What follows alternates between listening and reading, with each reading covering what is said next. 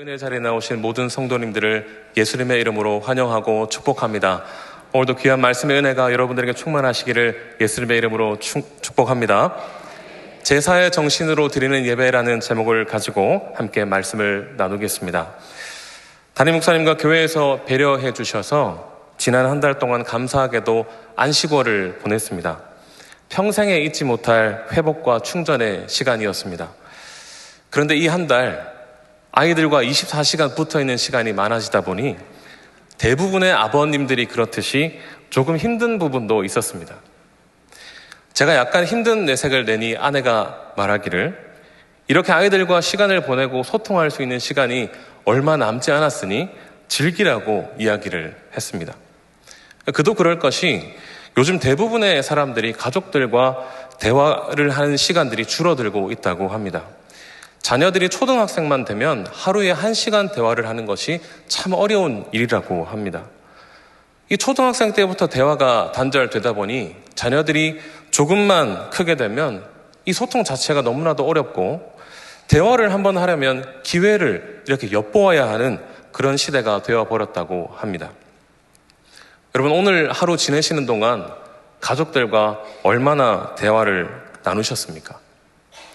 부모님은 자녀들에게 하고 싶은 말이 굉장히 많으시고 자녀들은 부모님과 마주치는 것조차 피하고 싶어 하는 숨이 턱턱 막힌 듯한 소통의 부재가 우리 가족들에게 혹시 있지는 않습니까? 가족들끼리 혹은 다른 사람들과의 관계가 그렇게 막혀 있는 것도 참 답답한데 나와 하나님 사이가 그렇게 막혀 있다면 어떤 기분이 들까요? 오늘 우리가 함께 나눌 말씀은 바로 하나님과의 이런 막힘에서 시작한다고 볼 수 있습니다. 레위기의 원래 책 이름은 여호와께서 부르셨다입니다. 하나님께서 모세를 회막으로 부르시고 제사를 가르치십니다. 이것은 대단한 사건입니다. 왜 이 사건이 대단한 사건인지 알기 위해서 우리는 레위기와 시간적으로 맞물려 있는 출애굽기 마지막 부분을 한번 살펴볼 필요가 있습니다. 출애굽기 40장 34절과 35절 말씀을 함께 읽어보겠습니다. 그 후에 구름이 회막에 덮이고 여호와의 영광이 성막에 충만하매 모세가 회막에 들어갈 수 없었으니 이는 구름이 회막 위에 덮이고 여호와의 영광이 성막에 충만함이었으며. 아멘. 하나님께서 이스라엘 백성 가운데 거하시기 위해서 회막을 지으라고 명하셨습니다. 완성된 회막 가운데는 구름이 자욱하게 덮이고 여호와의 영광이 충만했다라고 표현합니다. 그러나 그곳에 하나님과 직접 대면한 적이 있는 모세도 들어갈 수 없었습니다. 여호와의 영광이 회막에 충만하기 때문에 아무리 모세라고 할지라도 감히 그 회막에 들어갈 수 없었다고 합니다. 하나님의 영광이 가득한 이곳에 왜 모세와 다른 사람들이 접근할 수가 없었던 것일까요? 죄인이기 때문에 그렇습니다. 거룩하신 하나님이 계신 곳에는 죄가 존재할 수 없습니다. 창세기에서부터 시작되었죠. 아담과 하와가 불순종한 죄로 인해서 하나님께 나아갈 길이 완전히 막혔습니다. 그 이후로 회막이 만들어진 이 출애굽기의 마지막 시점까지 모든 인간은 하나님과 가까이 할 수 없는 하나님께 나아갈 길이 완전히 막힌 상태가 되어버렸습니다. 아무리 발버둥을 쳐도 그 어떤 방법도 하나님께 나아갈 수 없었습니다. 사람들과의 관계에 문제가 생겨서 길이 막힌 것 같을 때 여러분은 어떤 감정을 느끼십니까? 굉장히 답답합니다. 도저히 그 관계에 해결될 실마리가 보이지 않을 때 우리는 큰 답답함을 느낍니다. 하물며 하나님께 나아갈 어떤 방법도 보이지 않는 그 세월이 얼마나 답답했을까요? 오늘도 이렇게 하나님 앞에 나와서 예배를 올려드리는 길이 열려 있음에 감사할 수 있는 저와 여러분 될 수 있기를 바랍니다. 하나님께 나아갈 길이 완전히 닫힌 상태로 역사가 흘러오다가 지금 우리가 마주한 이 레위기가 시작되는 시점에 그 길이 이제 아주 조금씩 열립니다. 이스라엘 백성 가운데 계시기 위해서 만들어진 회막으로 모세를 부르셨습니다. 여러분, 회막이 무엇입니까? 쉽게 말하면 만남의 장소입니다. 하나님께서 거기에서 인간과 다시 만나겠다라는 의미가 거기에 담겨 있습니다. 지금까지 완전한 관계의 단절 가운데 있었지만 이스라엘을 하나님의 백성으로 부르시고 하나님과의 깨어졌던 관계를 회복하기 위해서 다시 만나자, 우리 거기서 다시 만나자 부르고 계신다는 겁니다. 이런 차원에서 우리가 레위기의 원래 이름 레위기의 시작을 다시 한번 본다면 하나님이 모세를 부르신 이 사건은 대단한 사건이라고 하기에 충분합니다. 꽉 막혀서 하나님으로부터 오는 그 빛이 단 한 줄기도 새어나오지 않다가 아주 신락 같은 희망의 빛이 비춰지기 때문입니다. 하나님께서는 모세를 회막으로 부르십니다. 그리고 백성들에게 이렇게 전하라고 말씀하십니다. 2절 말씀을 함께 읽겠습니다. 이스라엘 자손에게 구하여 이르라. 너희 중에 누구든지 여호와께 예물을 드리려거든 생축 중에서 소나 양으로 예물을 드릴지니라. 그냥 나오지 말고, 아무것도 없이 그냥 나오지 말고 하나님께 드릴 것을 가지고, 예물을 가지고 그 앞에 나아오라 말씀합니다. 이 말씀을 읽으면서 우리는 그러면 모세뿐만 아니라 모든 사람들이 하나님 앞에 이제 나아올 수 있게 되겠구나라고 추측해 볼 수 있을 것입니다. 그러나 하나님께 나아가는 것은 대상과 장소에 있어서 굉장히 제한적이었습니다. 특히 회막 가운데서도 하나님이 좌정하시는 지성소에는 아무나 들어갈 수 없었습니다. 휘장이라고 하는 긴 막이 성소와 지성소를 구분했습니다. 이 지성소에 언제나 들어갈 수 있었을까요? 아닙니다. 아무나 1년에 한 번만 들어갈 수 있었습니다. 아무나 들어갈 수 있었을까요? 아닙니다. 이스라엘 백성을 대표하는 대제사장만 그곳에 1년에 한 번 들어갈 수 있었습니다. 이곳에 들어가기 위해서는 여러 번의 제사를 드리면서 죄를 깨끗하게 하는 과정을 반드시 거쳐야만 했습니다. 유대 전승에 전해지는 이야기로는 대제사장의 발목에 줄을 매달았다라고 합니다. 혹시라도 이 절차가, 제사의 절차가 잘못되거나 대제사장이 죄를 없이 하기 위해서 여러 번의 제사를 드렸지만 여전히 그에게 죄가 남아있는 상태라면 거룩하신 하나님 앞에서 죽을 수도 있기 때문에 그랬습니다. 만약 대제사장이 죽으면 어떻게 될까요? 아무나 그곳에 들어가서 이 대제사장의 시신을 꺼낼 수가 없었습니다. 그래서 그 줄을 당겨서 시신을 꺼내야만 했습니다. 여러분, 이처럼 지성소는 두려운 곳이었습니다. 하나님의 거룩하심 앞에 죄인이 함부로 다가갈 수 없다는 것을 무겁고 두꺼운 휘장이 증언해주고 있는 것입니다. 그런데 여러분, 그토록 닫혀있던 그 길이 놀랍게도 활짝 열리는 사건이 일어납니다. 휘장이 찢어짐으로 말미암아 누구나 하나님이 계신 지성소 안으로 들어갈 수 있게 되었습니다. 예수 그리스도가 십자가에서 자기 몸을 찢고 피를 흘리시는 이 사건이 휘장을 찢었고 하나님께 나아갈 길을 완전히 활짝 열어 놓으셨습니다. 우리 히브리서 10장 19절 20절 말씀을 함께 읽겠습니다. 그러므로 형제들아, 우리가 예수의 피를 힘입어 성소에 들어갈 담력을 얻었나니 그 길은 우리를 위하여 휘장 가운데로 열어 놓으신 새롭고 산 길이요 휘장은 곧 저의 육체니라. 아멘.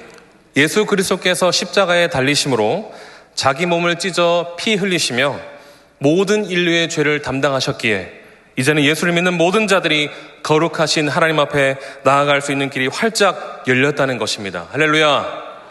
우리는 이 사실을 믿는 사람들입니다. 예수 그리스도로 인해 하나님이 계신 지성소로 나아갈 담력을 얻은 하나님의 백성들인 줄 믿습니다. 이제 하나님 앞으로 나아갈 길이 너무나도 활짝 우리 앞에 열려져 있습니다. 이 활짝 열린 은혜의 길, 하나님 앞에 나아가는 이 길을 자주 친밀하게 걸어 나가서 하나님과의 깊은 교제, 친밀한 교제를 나누는 저와 여러분이 될 수 있기를 예수님의 이름으로 축복합니다.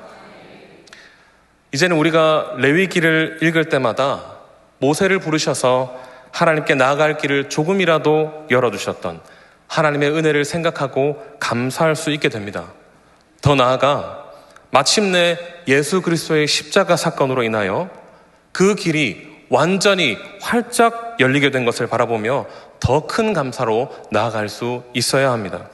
이런 관점으로 레위기를 우리가 읽어 나간다면 레위기가 성경 통독을 가로막는 장애물이 아니라 더 큰 은혜로 나아가게 만드는 디딤돌이 됨을 깨달을 수 있게 됩니다. 그런데 여러분, 여기서 우리가 한 가지 놓치지 않아야 할 것이 있습니다. 이 길이 열리게 된 수단이 무엇이었습니까? 바로 제사였습니다. 짐승의 생명과 피를 대신 드림으로 죄인된 우리가 하나님께 나아갈 길이 열렸던 것입니다. 그리고 그 모든 제사의 완성이 바로 예수 그리스도의 십자가였습니다. 그렇다면 레위기가 말하는 이 제사는 오늘 우리에게 무엇에 해당합니까? 바로 예배입니다. 구약의 백성들이 짐승을 이끌고 회막으로 나갔던 그 자리가 오늘 우리가 이렇게 예배로 하나님 앞에 나오는 바로 이 자리인 것입니다. 그렇다면 길은 이미 활짝 열렸으니 우리는 이제 아무 준비 없이 어떤 마음가짐도 없이 그저 이곳으로 걸어 들어오기만 하면 되는 것일까요? 그렇지 않습니다. 길이 열렸고 제사를 더 이상 드리지 않아도 된다고 해서 제사의 정신까지 사라진 것은 아닙니다. 오늘 우리에게 짐승을 잡고 가죽을 벗기는 그 까다로운 절차가 필요 없지만 그 절차 속에 담겨 있는 정신, 그 마음가짐은 오늘 우리의 예배 가운데도 여전히 살아 있어야 한다는 것입니다. 그 정신이 무엇인지 오늘 본문에 소개되는 번제의 절차를 조금 더 자세히 들여다보면서 함께 찾아보도록 하겠습니다. 제사의 정신 첫 번째는 가죽을 벗기는 심정, 자기 성찰의 정신입니다. 이제 우리는 열린 길을 압니다. 그러나 열린 길이라고 아무렇게나 나가도 되는 것은 아니지요. 레위기 1장은 우리에게 번제를 드리는 구체적인 절차를 설명합니다. 3절부터 6절까지의 말씀에 소개된 그 절차를 하나씩 우리 한번 살펴보도록 하겠습니다. 먼저 흠없는 제물을 가지고 옵니다. 그리고 그 제물에게 손을 얹어서 안수합니다. 이때 안수하는 사람은 누구일까요?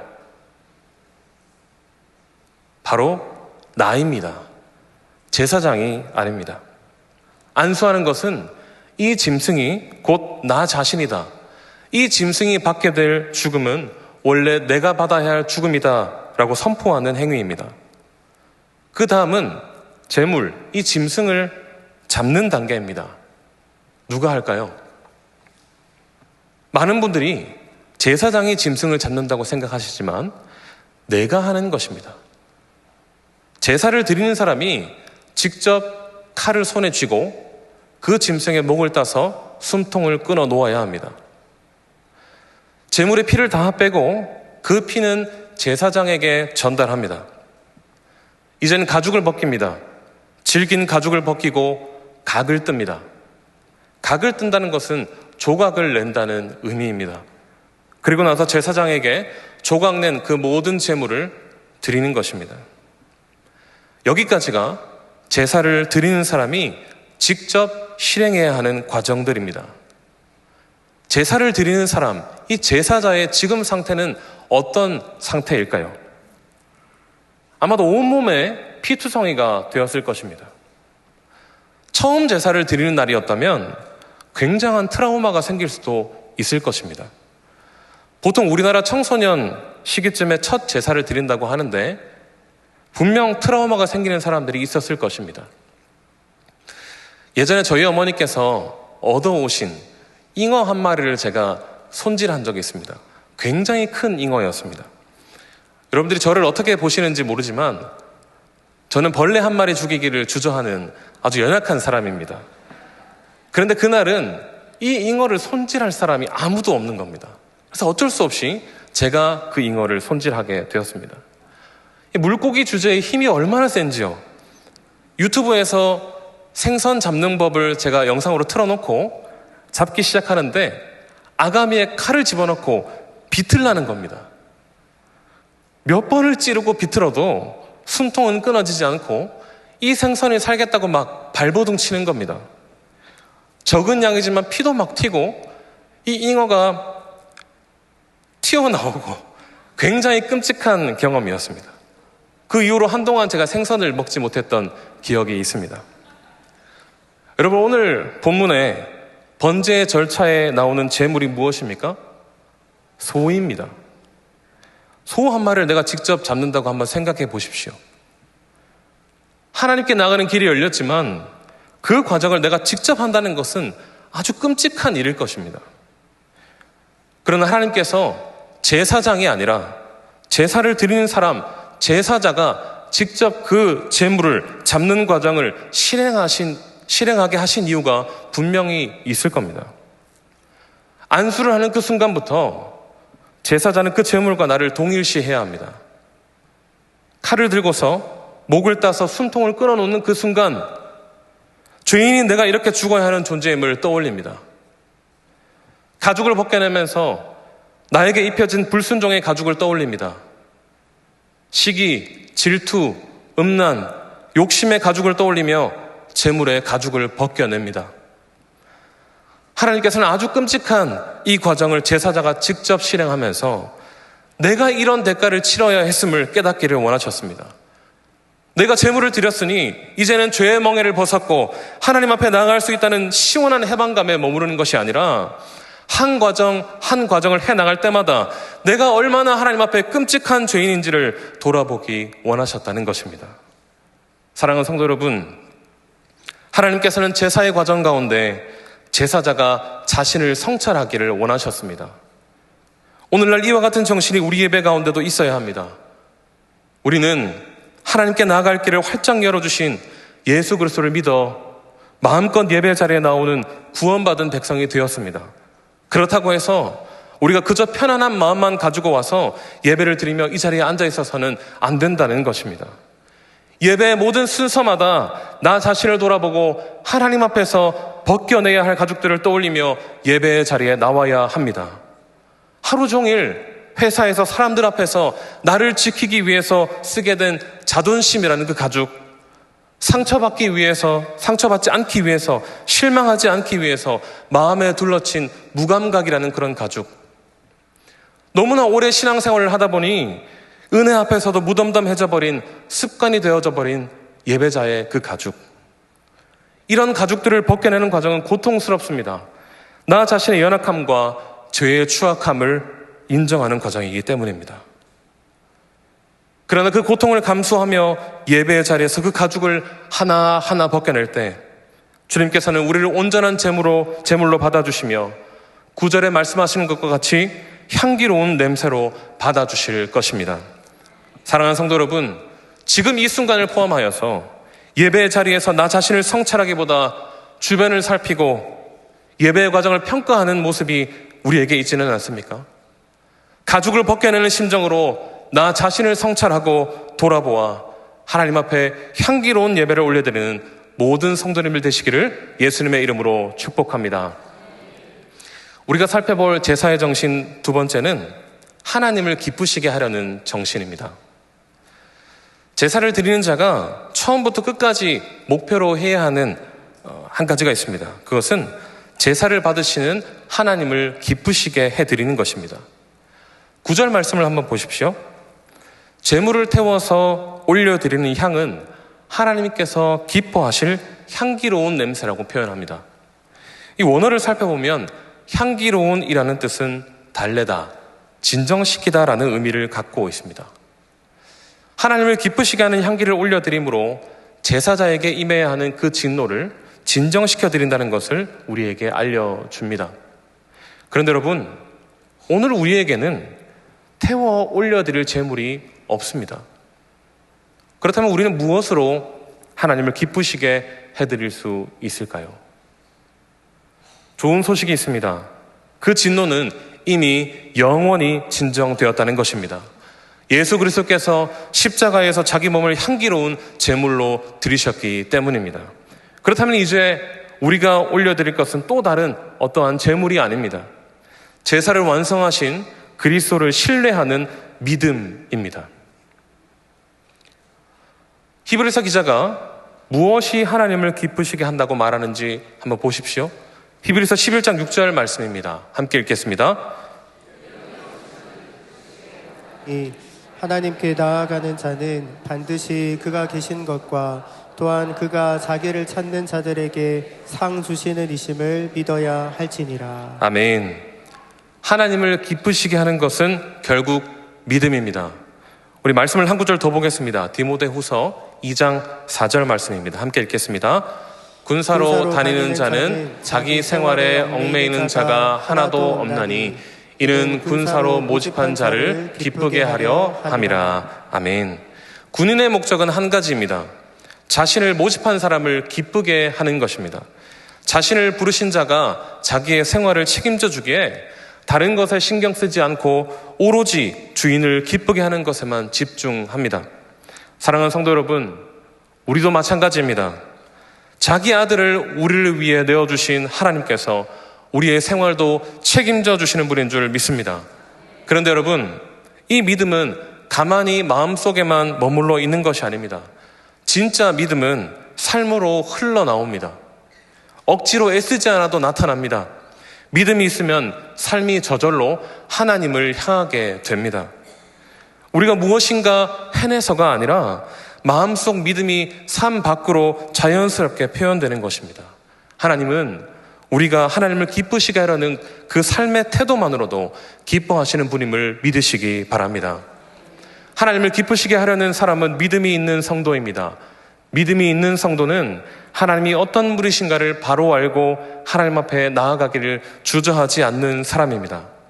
하나님이 어떤 분이신지 알아갈 수 있는 좋은 기회로 지난 주일부터 양육훈련 신청이 시작되었습니다.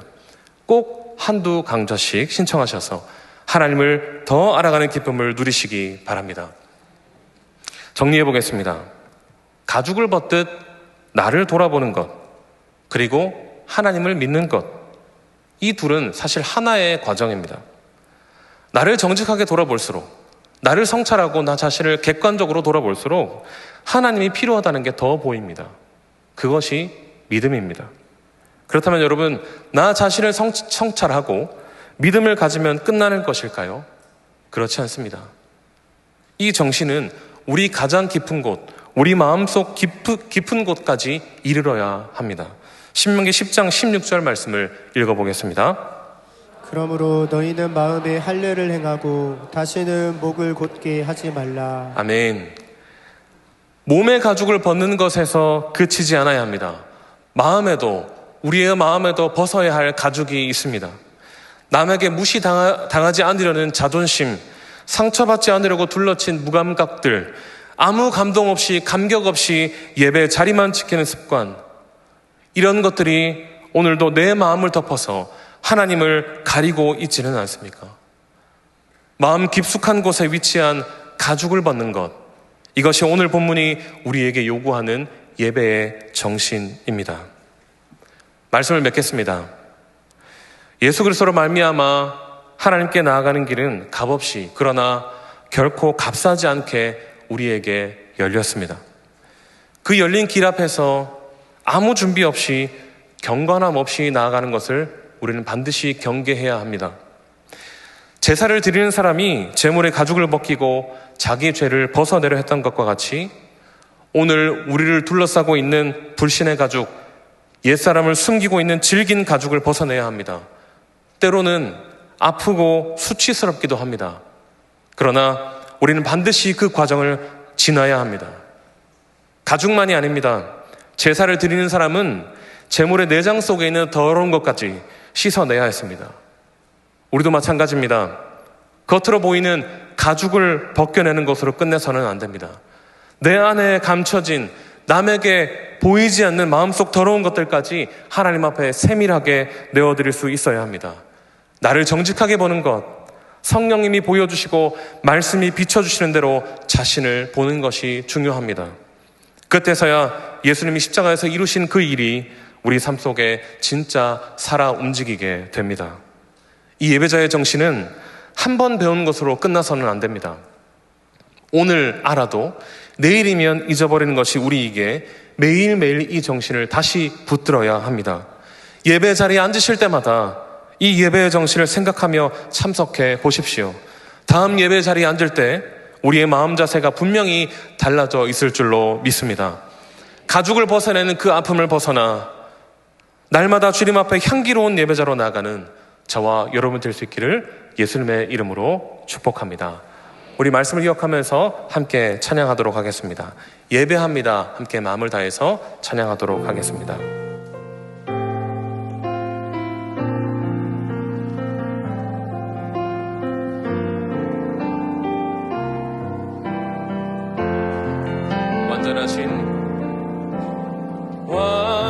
완전하신 나의 주, 의의 길로 날 인도하소서. 행하신 모든 일 주님의 영광 다 경배합니다. 다시 한번 고백합니다. 완전하신 나의 주, 그의 길로 날 인도하소서. 행하신 모든 일 주님의 영광 다 경배합니다. 다 경배함. 우리 두 손을 높이 들고 고백합니다. 예배합니다. 예배합니다. 찬양합니다. 주님만 날 다스리소서. 예배합니다. 찬양합니다. 주님 홀로 우리 마음을 다해서 전심으로 다시 한번 고백하며 나갑니다. 예배합니다. 찬양합니다. 예배합니다. 찬양합니다. 주님만 날 다스리소서. 예배합니다. 찬양합니다. 주님 홀. 우리 마지막으로 전심을 다해서 고백하며 나가겠습니다. 예배합니다. 찬양합니다. 예배합니다. 찬양합니다. 주님만 날 다스리소서. 예배합니다. 찬양합니다. 주님 홀로 높임 받으소서. 이 시간 우리께 말씀을 기억하면서 함께 기도 제목을 읽도록 하겠습니다. 닫혀있던 하나님을 향해 나아가는 길이 예수 그리스도로 말미암아 활짝 열리게 하시니 감사합니다. 예배로 하나님께 나아갈 때마다 나를 돌아보며 가죽을 벗겨내는 심정으로 회개와 성찰이 있게 하옵소서. 악하고 더러운 것들이 벗어진 정결한 마음으로 하나님을 바라보고 믿음으로 기쁘시게 드리는 향기로운 예배자가 되게 하옵소서. 아멘. 제가 기도하겠습니다. 사랑의 하나님, 닫혀있던 하나님을 향해 가는 길이 제사를 통해 열리게 하시고 예수 그리스도의 십자가의 죽음으로 완전히 열리게 하시니 감사합니다. 예배를 통해 하나님께 나아갈 때마다 제사를 드릴 때의 정신으로 나 자신을 돌아보고 더러운 가죽들을 벗겨내며 하나님을 기쁘시게 하라는 믿음으로 나아가게 하옵소서. 우리 모두가 하나님께 향기로운 예배자가 될 수 있도록 인도해 주시옵소서. 목회 연구월 가운데 계신 사랑하는 담임 목사님을 위해 기도합니다. 하반기 사역과 내년 사역을 준비하실 때 큰 은혜로 붙잡아 주시고 성령으로 충만케 하셔서 우리 교회를 더욱 잘 이끌어 가실 수 있도록 능력으로 함께해 주시옵소서. 감사를 드리며 예수 그리스도의 이름으로 기도드리옵나이다. 아멘.